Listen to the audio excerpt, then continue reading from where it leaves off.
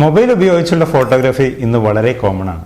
Camera ആപ്പിൽ pro option എടുത്താൽ aperture, shutter speed, ISO എന്നിങ്ങനെ 3 ഓപ്ഷനുകൾ നമുക്ക് കാണാൻ കഴിയും. ഇത് കാണുമ്പോൾ ഫോട്ടോഗ്രാഫി പഠിച്ചിട്ടില്ലാത്തവർക്ക് കൺഫ്യൂഷൻ ഉണ്ടാകാൻ സാധ്യതയുണ്ട്. എന്താണ് ISO എന്നോ, എന്താണ് ഷട്ടർ സ്പീഡ് എന്നോ, എന്താണ് അപ്പർച്ചർ എന്നോ നമുക്ക് ഫിസിക്കലായിട്ട് കാണാൻ കഴിയില്ല. അതുകൊണ്ട് അത് ഞാനിവിടെ ഒന്ന് വിവരിക്കുകയാണ്.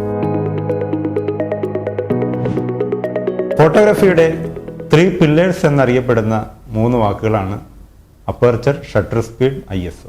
അപ്പർച്ചർ എന്നത് ക്യാമറയിലെ ലെൻസിന്റെ പ്രോപ്പർട്ടിയാണ്. ലൈറ്റ് കടത്തിവിടാൻ വേണ്ടിയിട്ട് ലെൻസിൽ ഉപയോഗിച്ചിരിക്കുന്ന ഒരു ഉപാധിയാണ് അപ്പർച്ചർ.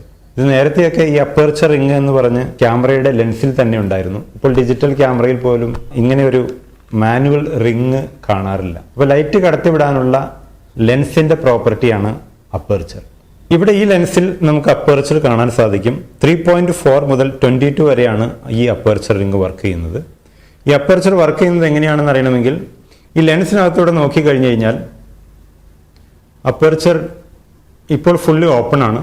ഞാൻ പതുക്കെ തിരിക്കുമ്പോൾ ഇത് ക്ലോസ് ആയി വരുന്നത് കാണാം.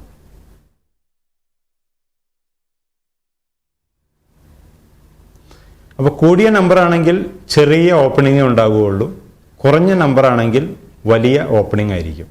അപ്പോൾ അതിനനുസരിച്ച് കൂടുതൽ എമൗണ്ട് ലൈറ്റ് ഇതിനകത്തോട്ട് പ്രവേശിക്കും. ഷട്ടർ സ്പീഡ് എന്ന് പറയുന്നത് ലൈറ്റ് കടത്തിവിടാനുള്ള ക്യാമറയുടെ ബോഡിയുടെ ഒരു പ്രോപ്പർട്ടിയാണ്. എത്ര സ്പീഡിലാണ് ലൈറ്റിന്റെ ഷട്ടർ ഓപ്പൺ ചെയ്യുന്നത് എന്നതിനെ അനുസരിച്ചാണ് ഷട്ടർ സ്പീഡ് പറയുന്നത്. ഇത് ബൾബ് മോഡിൽ ഇട്ടിട്ട് കൂടുതൽ നേരം ഷട്ടർ ഓപ്പൺ ചെയ്ത് പിടിക്കാനുള്ള ഓപ്ഷനാണ്. ഇത് കാണുമ്പോൾ തന്നെ നിങ്ങൾക്ക് മനസ്സിലാകും ക്യാമറയുടെ ഓപ്പറേഷൻ എന്ന് പറയുന്നത് വളരെ സിമ്പിളാണ്. ലൈറ്റിനെ ലെൻസിലൂടെ കടത്തിവിടുന്നു. അത് ഒരു ഷട്ടർ ഉപയോഗിച്ച് ഒരു പർട്ടിക്കുലർ ടൈമിലേക്ക് മാത്രം ലൈറ്റ് അകത്തോട്ട് കടത്തിവിടുന്നു. അത് പുറകിൽ വെച്ചിരിക്കുന്ന ഒരു ഫിലിമിലേക്ക് പതിപ്പിക്കുന്നു. ഇത്രയുമുള്ളൂ ഒരു ക്യാമറയുടെ പ്രവർത്തന തത്വം എന്ന് പറയുന്നത്.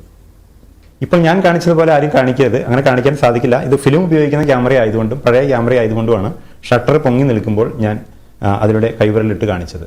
അപ്പോൾ ലെൻസിന്റെ പ്രോപ്പർട്ടിയാണ് അപ്പർച്ചർ, ക്യാമറ ബോഡിയുടെ പ്രോപ്പർട്ടിയാണ് ഷട്ടർ സ്പീഡ്.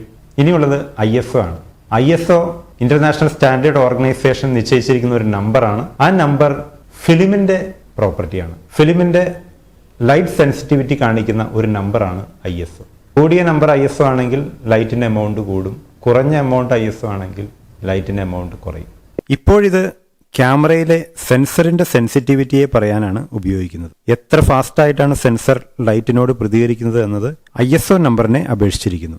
ചെറിയ നമ്പർ കുറഞ്ഞ സ്പീഡിനെ കാണിക്കുന്നു, അപ്പോൾ ലൈറ്റിന്റെ എമൗണ്ട് കുറവായിരിക്കും. കൂടിയ നമ്പർ ഉപയോഗിക്കുമ്പോൾ ലൈറ്റിന്റെ എമൗണ്ട് കൂടും. പക്ഷേ ശ്രദ്ധിച്ചില്ലെങ്കിൽ കൂടിയ നമ്പർ കൂടുതൽ ഗ്രെയിൻസ് അല്ലെങ്കിൽ നോയ്സ് പുറപ്പെടുവിക്കും. പിക്ചർ മോശമാകാനും സാധ്യതയുണ്ട്.